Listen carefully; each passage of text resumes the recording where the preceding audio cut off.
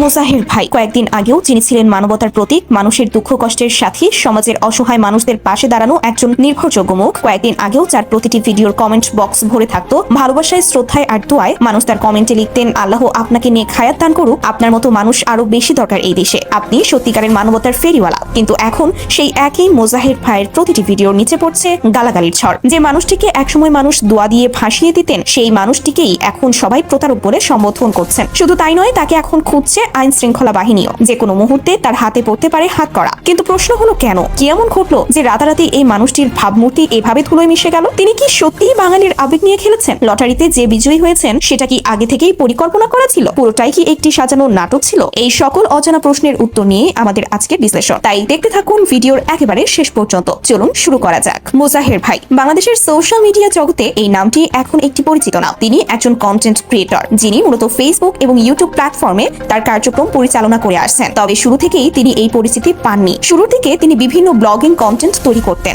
ঘুরে বেড়ানো, খাওয়া দাওয়া, জীবনযাত্রার নানা দিক নিয়ে ভিডিও বানাতেন তিনি। কিন্তু সেই ভিডিওগুলো দর্শকের কাছে তেমন একটা জনপ্রিয় ছিল না, ভিউজ আসতো না, কমেন্ট থাকতো না, চ্যানেলের সাবস্ক্রাইবারও বাড়তো না। ধীরে ধীরে তিনি একটা বিষয় বুঝে নিলেন, শুধু সাধারণ ব্লগিং কন্টেন্ট দিয়ে বাংলাদেশের দর্শকদের মন জয় করা যাবে না। এরপরে শুরু হয় তার কৌশলী পদক্ষেপ। তিনি জানতেন বাঙালির আবেগ কি বেশি, মানুষের কষ্ট, দুঃখ, অসহায়ত্ব, এই বিষয়গুলো বাঙালির হৃদয়ে সরাসরি স্পর্শ করে। সমাজের সুবিধা বঞ্চিত মানুষের পাশে কেউ দাঁড়ালে, তাদের সাহায্য করলে, সেটা দেখে বাঙালি অশ্রুসিক্ত হয়, উজ্জীবিত হয়, সেই মানুষটিকে অতি সহজেই আপন করে নেয়। এই সহজ সত্যটি মোজাহের ভাই বুঝে নিয়েছিলেন এবং তারপরে তিনি তার কন্টেন্টের ধরন সম্পূর্ণ বদলে ফেললেন। তিনি হয়ে উঠলেন মানবতার ফেরিওয়ালা। রাস্তার পাশে বসে থাকা অসহায় বৃদ্ধ, ক্ষুধার্ত শিশু, পথহারা মানুষ, এদের খুঁজে বের করে সাহায্য করতে শুরু করলেন এবং সেসব মুহূর্তের ভিডিও তুলে তার ফেসবুক পেজ ও ইউটিউব চ্যানেলে আপলোড করতে থাকলেন। আর ঠিক যেমনটা তিনি অনুমান করেছিলেন, বাঙালি দর্শকরা এই ভিডিওগুলোকে বুকে টেনে নিলেন। রাতারাতি লক্ষ লক্ষ ভিউজ আসতে লাগলো, কমেন্ট বক্স ভরে যেতে লাগলো দোয়া আর প্রশংসায়। মানুষ তাকে অনুসরণ করতে লাগলো,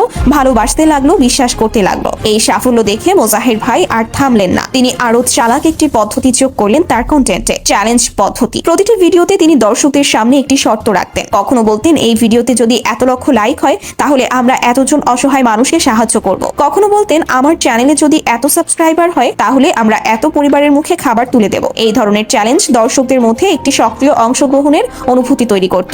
মানুষ মনে করতেন, আমি বিনে পয়সায় একটি সাবস্ক্রাইব করে এত বড় সাহায্যের অংশীদার হচ্ছি, এতে ভুল কোথায়? আমি লাইক দিলে, শেয়ার করলে, সাবস্ক্রাইব করলে একজন অসহায় মানুষের মুখে হাসি ফুটবে। এবং বাঙালির এই সস্তা আবেগের মাধ্যমেই মোজাহের ভাই তার প্রত্যেকটি প্ল্যাটফর্মে কোটি কোটি ফ্যান ফলোয়ার তৈরি করে ফেলে। প্রতিটি চ্যালেঞ্জে তারা ঝাঁপিয়ে পড়েন, লাইক দিয়েছেন, কমেন্ট করেছেন, শেয়ার করেছেন, সাবস্ক্রাইবও করেছেন। আর এই বিপুল সাড়ার ফলে মোজাহের ভাইয়ের ফেসবুক পেজ এবং ইউটিউব চ্যানেল দুটোই দ্রুত বিশাল আকার ধারণ করে। সাবস্ক্রাইবার আর ফলোয়ারের সংখ্যা বেড়ে চলল এবং সেই সাথে বাড়তে থাকলো তার আয়ও। এতে দোষের কিছু ছিল না, সাহায্য করছেন, ভিডিও বানাচ্ছেন, মানুষ দেখছেন, আয় হচ্ছে। এই পুরো প্রক্রিয়াটি নিয়ে কারো কোনো আপত্তি ছিল না, বরং মোজাহের ভাই যেটুকু সাহায্য করছিলেন সেটাও তো কম ছিল না। অন্তত তার ভিডিওর জন্য কিছু মানুষ ভালো কিছু খেতে তো পারছে। কিন্তু সমস্যা শুরু হলো এর কিছুদিন পর থেকে। মোজাহের ভাই তার সোশ্যাল মিডিয়া অ্যাকাউন্টে একটি বড় ঘোষণা দিলেন। তিনি জানালেন, তার ইউটিউব চ্যানেলে যখন 4 মিলিয়ন সাবস্ক্রাইবার পূর্ণ হবে তখন তিনি একটি brand new Yamaha R15 bike পুরস্কার হিসেবে দেবেন। শর্ত ছিল, যারা তার ইউটিউব চ্যানেল সাবস্ক্রাইব করবেন এবং ফেসবুক পেজ ফলো করবেন তারাই এই লটারিতে অংশগ্রহণের সুযোগ পাবেন। 4 মিলিয়ন সাবস্ক্রাইবার হলেই লটারির মাধ্যমে একজন ভাগ্যবান পেয়ে যাবেন এই কাঙ্ক্ষিত বাইক। এই ঘোষণা দেওয়ার পর যা হলো তার রীতিমতো অবাক করার মতো। বাংলাদেশের বেকার বাঙালিরা রকেটের গতিতে তার চ্যানেল সাবস্ক্রাইব করতে লাগলেন এবং পেজ ফলো করতে শুরু করলেন। এমনকি অনেকে নিজেরা শেয়ার করলেন, বন্ধুদের জানালেন, আত্মীয়দের বললেন। মাত্র কয়েকদিনের ব্যবধানে তার ইউটিউব চ্যানেলে 4 মিলিয়ন সাবস্ক্রাইবার পূর্ণ হয়ে গেল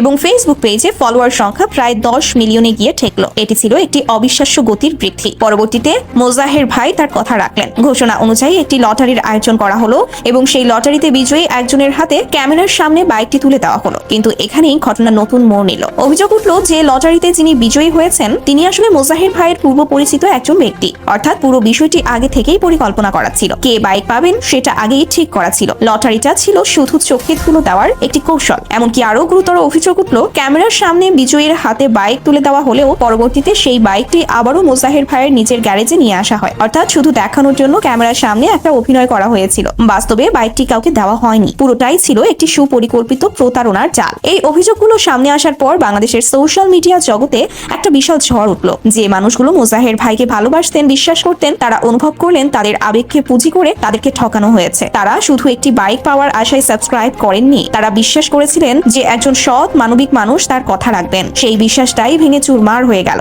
এই প্রতারণার বিষয়টি শুধু নৈতিকভাবেই অন্যায় নয়, আইনের দৃষ্টিতেও এটি একটি গুরুতর অপরাধ। লক্ষ লক্ষ মানুষকে মিথ্যা প্রলোভন দেখিয়ে সাবস্ক্রাইবার ও ফলোয়ার হাতিয়ে নেওয়া এবং প্রতিশ্রুত পুরস্কার না দেওয়া এটি সরাসরি প্রতারণার আওতায় পড়ে। তাই অনেকেই এখন দাবি তুলেছেন যত দ্রুত সম্ভব মোজাহের ভাইকে আইনের আওতায় আনা দরকার, কারণ সোশ্যাল মিডিয়াকে ব্যবহার করে এই ধরনের প্রতারণা আগেও হয়েছে এবং এটাকে যদি এখনই থামানো না যায় তাহলে ভবিষ্যতে আরো অনেকেই এই পথে হাঁটবে। যদিও পরবর্তীতে মোজাহের ভাই এ বিষয়ে মুখ খোলেন এবং বলেন যিনি বাইকটি পেয়েছেন তিনি তার কোনো পূর্ব পরিচিত নন এবং বাইকটি ইতোমধ্যেই সম্পূর্ণভাবে তাকে দিয়ে দেওয়া হয়েছে। কিন্তু এই কথাগুলো এখন আর কেউ বিশ্বাস করছেন না। যারা একসময় তার প্রতিটি ভিডিওতে দোয়া আর প্রশংসা দিতেন তারাই এখন তার ভিডিওর কমেন্ট বক্সে ক্ষোভ ঢালছে। ইতোমধ্যে রাতারাতি তার ইউটিউব চ্যানেল থেকে প্রায় 5 লক্ষ সাবস্ক্রাইবার কমে গেছে। মানুষ তার ইউটিউব চ্যানেল আনসাবস্ক্রাইব করে দিচ্ছে। বিশ্বাসের যে সেতু মোজাহের ভাই বছরের পর বছর ধরে গড়ে তুলেছিলেন তা মাত্র কয়েকদিনেই ভেঙে পড়েছে। এই ঘটনা আমাদের সামনে একটি গুরুত্বপূর্ণ প্রশ্ন তুলে ধরে, সোশ্যাল মিডিয়ায় আমরা কাকে বিশ্বাস করছি এবং কতটুকু বিশ্বাস করছি। কন্টেন্ট ক্রিয়েটর হিসেবে কেউ যদি মানুষের আবেগকে পুঁজি করে